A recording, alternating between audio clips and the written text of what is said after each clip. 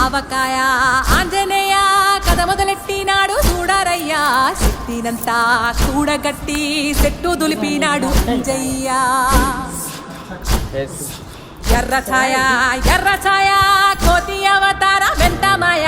కత్తి సేత పట్టకుండా కాయ కోసినాడు కపిలయ్యా